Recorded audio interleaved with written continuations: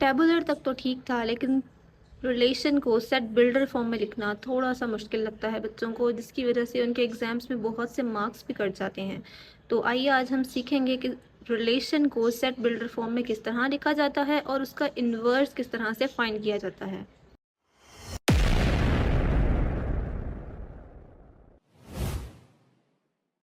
अस्सलाम वालेकुम dear viewers, welcome to wisdom maths. तो हम एक्सरसाइज नंबर 3.4 कर रहे थे, जिसका आज हम क्वेश्चन नंबर 5 से लेकर क्वेश्चन नंबर 9 तक सारे क्वेश्चंस कंप्लीट करेंगे इंशाल्लाह।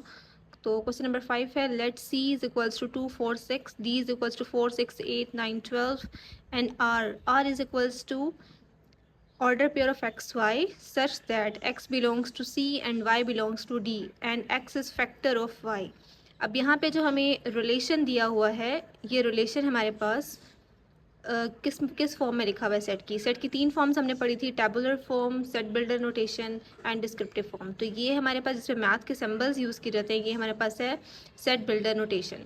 तो इसको हमने सबसे पहले लिखना है write R in tabular form में लिखना है। उसके बाद इसकी डोमेन और रेंज फाइंड आउट करनी है, देन इसका इन्वर्स फाइंड आउट करना है, और उसके बाद represent R by arrow diagram, और उसकी हमने एरो डायग्राम जो है वो बनानी है। तो स्टार्ट करते हैं। तो सबसे पहले हमने आर को टेबुलर फॉर्म में लिखना है। अब इसको टेबुलर फॉर्म में हम किस तरह से लिखेंगे, ऑर्डर पेयर्स में हम नंबर शो करेंगे। तो अब यहाँ पे जो हमें कंडीशन दी है वो क्या है कि x जो है वो c में है और y d में है, यानी कि x का जो एलिमेंट है, यानी कि जो फर्स्ट एलिमेंट है वो हमने इस सेट से लेना है और जो सेकंड एलिमेंट है वो हमने इस सेट से लेना है। तो अब क्या हमने ये सारे ही ऑर्डर पेयर्स लेने हैं? नहीं। अब आगे इसमें जो कंडीशन दी हुई है, and x is factor of y, यानी कि x यहाँ से हमें वो नंबर लेना है और यहाँ से हमने उसका पेयर बनाना है कि ये जो है ये इसका फैक्टर हो, यानी कि x is factor of y। For example जैसे हमारे पास 2 है, तो 2 इनमें से जिस जिसका भी फैक्टर है उसके साथ इसका ऑर्डर पेयर लिखा जाएगा। तो 2 4 का फैक्टर है, यस 2 के टेबल में 4 आता है। 2 6 का भी फैक्टर है, 2 8 का भी फैक्टर है, 2 9 का फैक्टर नहीं है, और 2 12 का भी फैक्टर है। तो हम ऑर्डर पेयर्स लिखना स्टार्ट करते हैं। 2 हमारे पास फैक्टर है 4 का, फिर 2 हमारे पास फैक्टर है 6 का, 2 हमारे पास फैक्टर है 8 का, 2 हमारे पास फैक्टर है 12 का। अब हमने 2 को इन सब के साथ लिख लिया, जो इसके जो जिस जिसका वो फैक्टर था। उसके बाद अब हमने 4 को देखना है कि 4 किस किस का फैक्टर है। तो 4 इसमें फैक्टर है 4 का, इसके अलावा 8 का और फिर 12 का। तो 4 का जो ऑर्डर पेयर है वो इन तीनों के साथ लिखा जाएगा, 4 4 4 8 एंड देन 4 12। नेक्स्ट हमारे पास 6 है, तो 6 जो है वो 6 का और 12 का फैक्टर है। तो हम इसके साथ लिख लेंगे 6 6 एंड 6 12। तो ये हमने वो सारे ऑर्डर पेयर्स लिए हैं जिसमें ये कंडीशन फुलफिल हो रही है कि x जो है वो y का फैक्टर है। इट मीन्स कि जो c के एलिमेंट्स हैं उसमें से जो जो एलिमेंट इसका फैक्टर था उसके साथ हमने इसके ऑर्डर पेयर्स बना लिए। तो ये हमारे पास रिलेशन जो है वो टेबुलर फॉर्म में लिखा गया। अब हमने इसकी डोमेन और रेंज लिखनी है। तो डोमेन और रेंज के लिए हम क्या करते हैं, जो फर्स्ट एलिमेंट्स होते हैं वो हमारे पास होती है डोमेन, और जो सेकेंड एलिमेंट्स होती हैं वो रेंज। तो डोमेन हमारे पास फर्स्ट एलिमेंट क्या है, 2 देन 4 देन 6, 2 4 और 6, 2 4 और 6, ये हमारे पास इसकी डोमेन है। और उसके बाद रेंज हमारे पास जो सेकंड एलिमेंट्स है वो होते हैं, तो वो कौन से हैं, 4 6 8 12। उसके बाद 4 8 12 6 12 रिपीट हो रहे हैं, तो हमने इनको मज़ीद नहीं लिखना। तो हमारे पास डोमेन और रेंज भी आ गई। इसके बाद हमने लिखना है आर इनवर्स। अब आर इनवर्स सोचने में बहुत मुश्किल लग रहा है कि इसका इन्वर्स किस तरह फाइंड आउट करेंगे, लेकिन रिलेशन का इन्वर्स फाइंड आउट करना बहुत ईजी है। हमने अब इसका इन्वर्स किस तरह से फाइंड करना है, जस्ट हमने इन ऑर्डर पेयर्स के ऑर्डर को चेंज कर देना है। मतलब 2 फर्स्ट पे लिखा हुआ है, इसको हम सेकंड पे लिख देंगे, और 4 सेकंड पे लिखा हुआ है, इसको हम फर्स्ट पे लिख देंगे।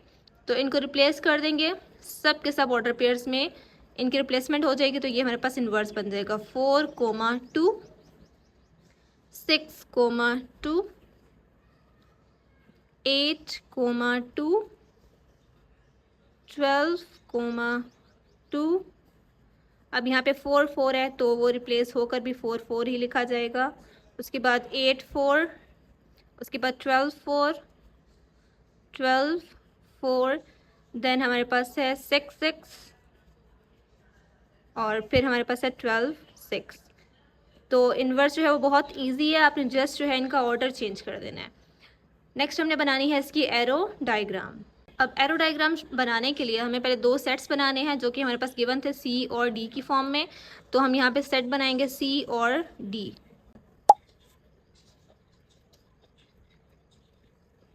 सी और डी के हमने दो ओवल्स बना लिए। ये हमारे पास सेट सी है और ये हमारे पास है सेट डी। सी में हमारे पास एलिमेंट्स हैं 2 4 एंड 6 और डी में हमारे पास एलिमेंट्स हैं 4 6 8 9 एंड 12। अब हमने क्या करना है, हमने ये रिलेशन जो आर है वो शो करना है इसके ऊपर।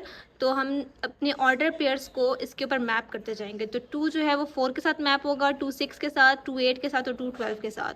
तो 2 को हमने मैप करना है, 2 4 के साथ मैप होगा, 6 के साथ होगा, 8 के साथ होगा एंड देन 12 के साथ। उसके बाद 4 हमारे पास 4 4 के साथ, 8 के साथ और 12 के साथ, 4 4 के साथ, 4 8 के साथ और 4 12 के साथ मैप होगा।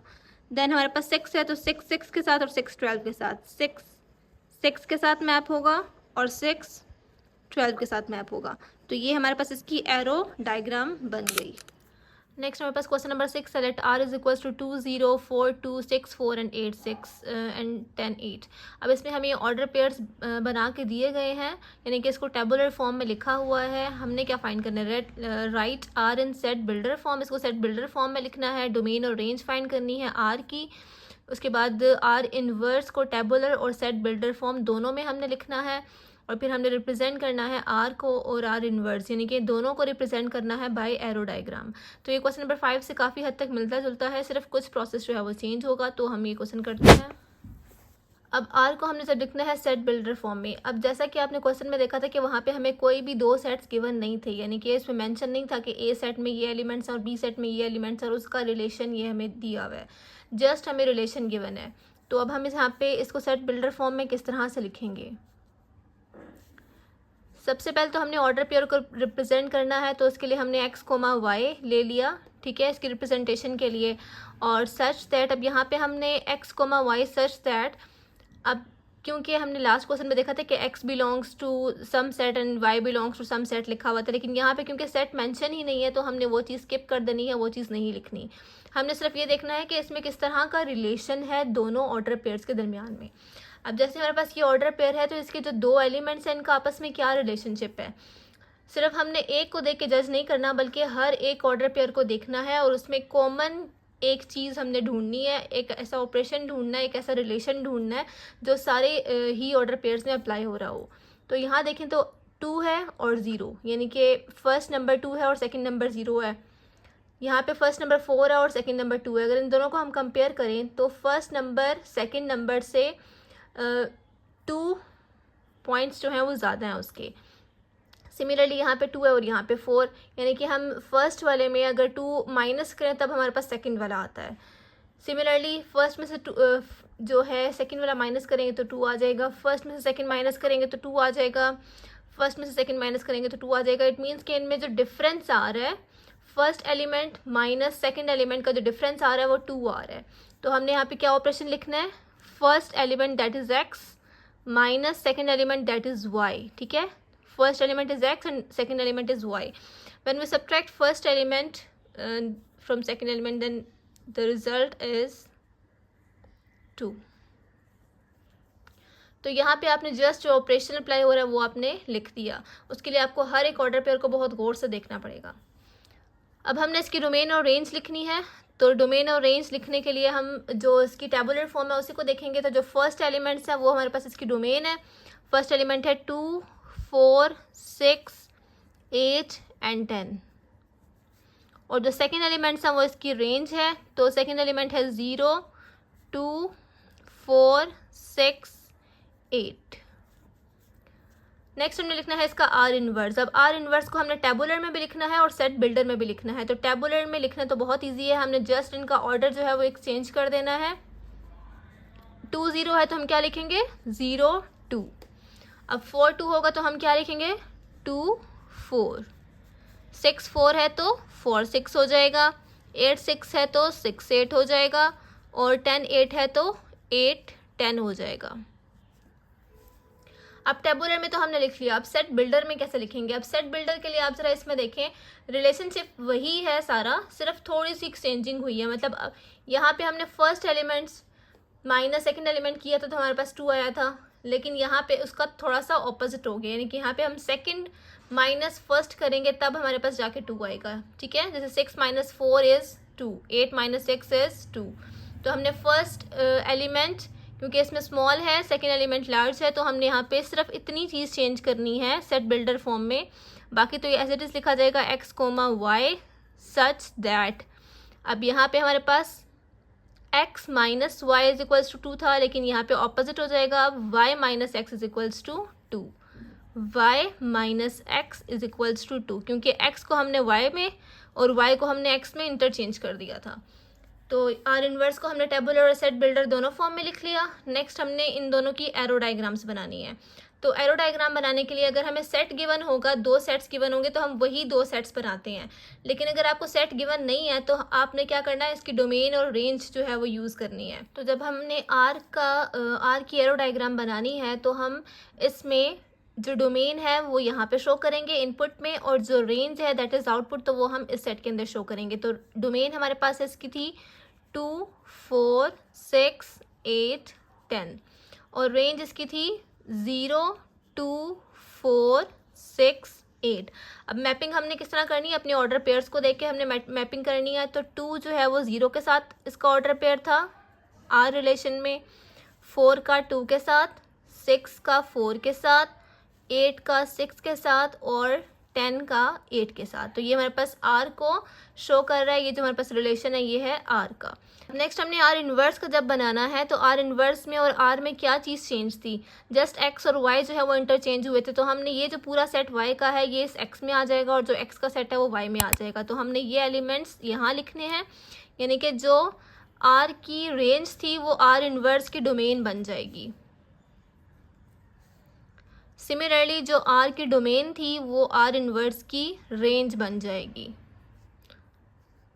तो ये हमने सारे एलिमेंट्स लिख लिए, और इसकी भी 1 to 1 मैपिंग थी। 0 2 के साथ लिखा गया है, ठीक है, 0 2 के साथ, फिर 2 4 के साथ, फिर 4 6 के साथ, 6 8 के साथ, और 8 10 के साथ। तो इन ऑर्डर पेयर्स के ज़रिए हमने इसकी मैपिंग कर ली, जो कि आर इनवर्स को शो कर रही है। नेक्स्ट हमारा क्वेश्चन नंबर 7 है, let A is equals to 0 1 3 and B is equals to 1 2 3 5 and 7।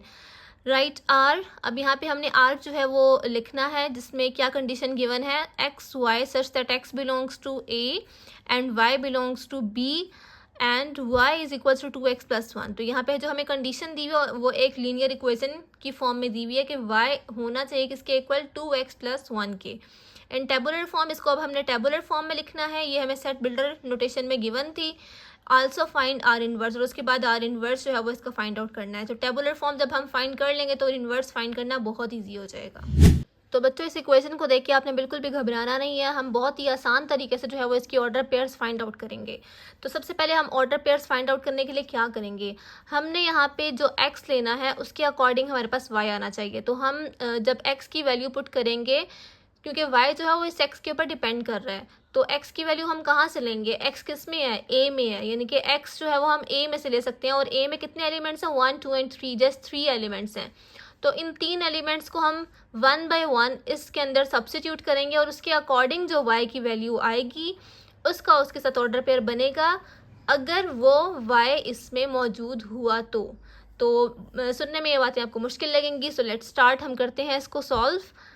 सबसे पहले हमने x को जो है वो 0 पुट करना है। इसके अंदर जब हम x को 0 पुट करेंगे तो y हमारे पास क्या आ जाएगा, 2 into 0 plus 1, 2 zeros are 0 plus 1 is equals to 1।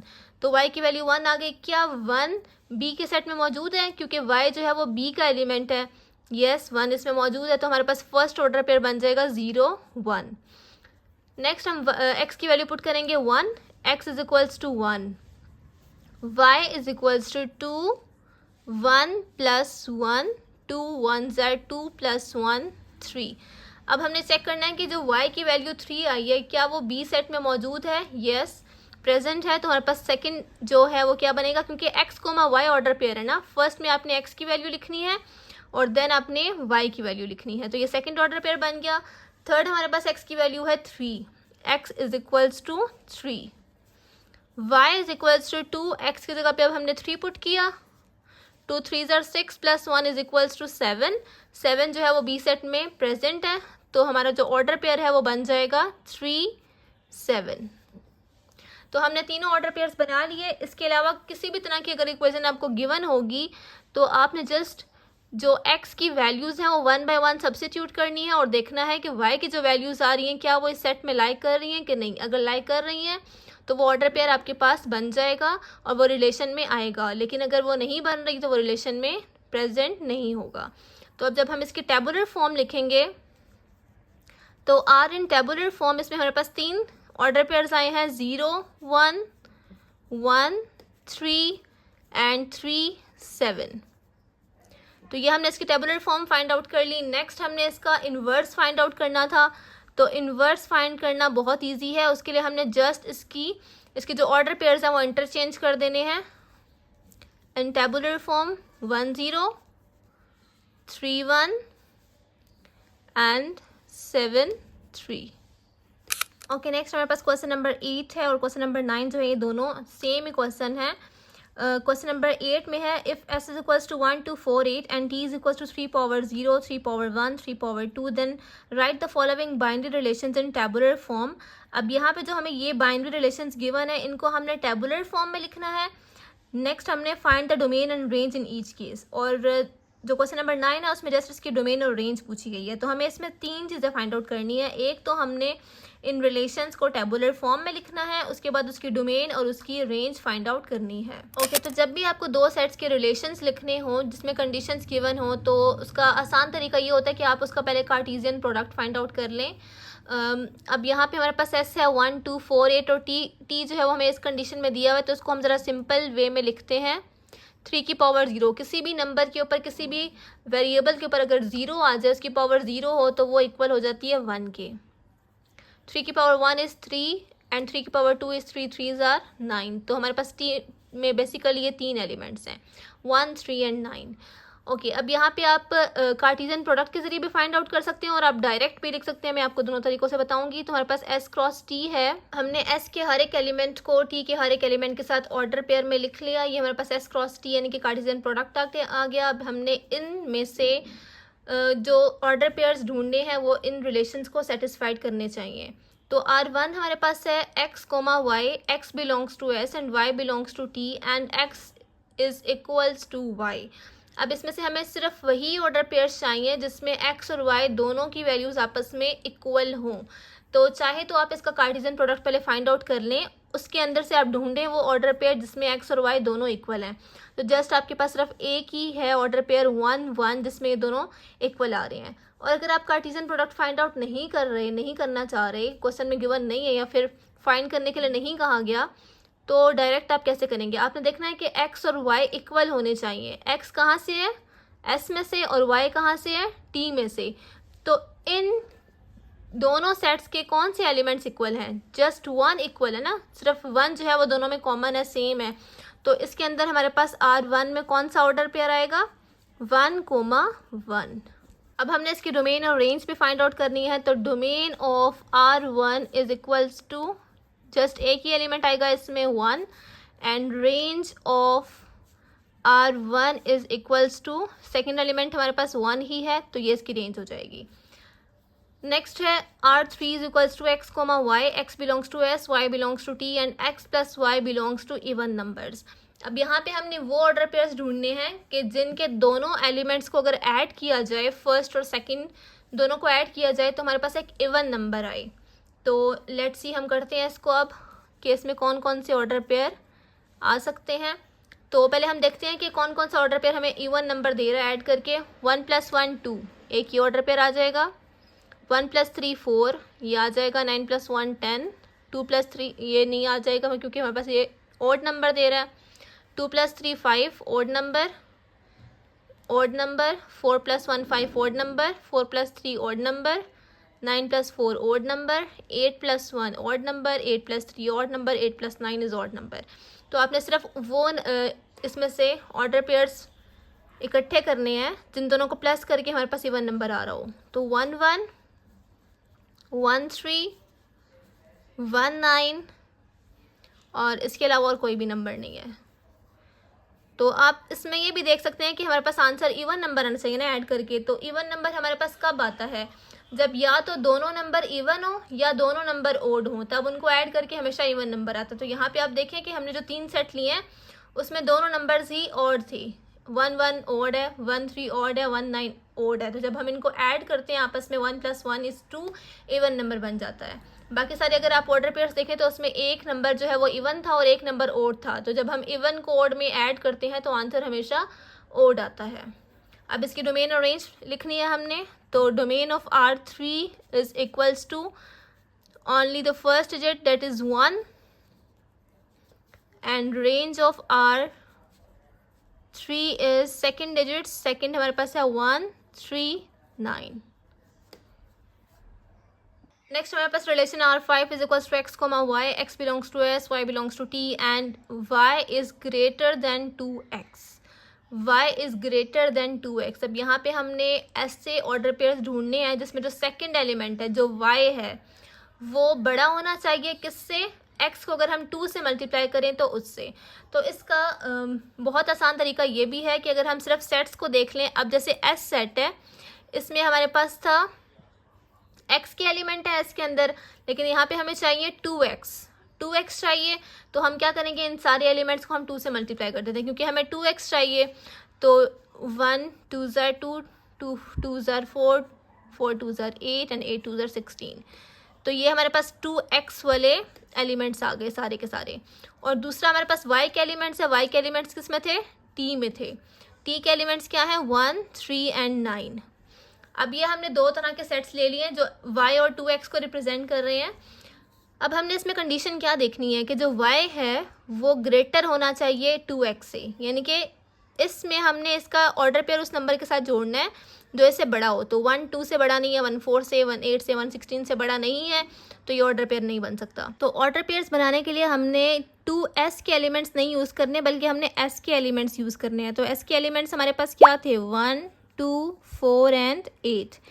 तो अब यहाँ पे हम जब देखेंगे तो 3 जो है वो 2 से बड़ा है. तो 3 का ऑर्डर पेयर किसके साथ बनेगा? 1 के साथ, क्योंकि 1 जो है वो 2 बना था. तो 1 एंड 3, उसके बाद 3 और किसी से भी बड़ा नहीं है. देन हम चेक करेंगे 9 2 से बड़ा है. येस, तो 9 और 1 इसका ऑर्डर पेयर बन जाएगा. उसके बाद 9 4 से बड़ा है तो 2 और 9 का ऑर्डर पेयर बन जाएगा.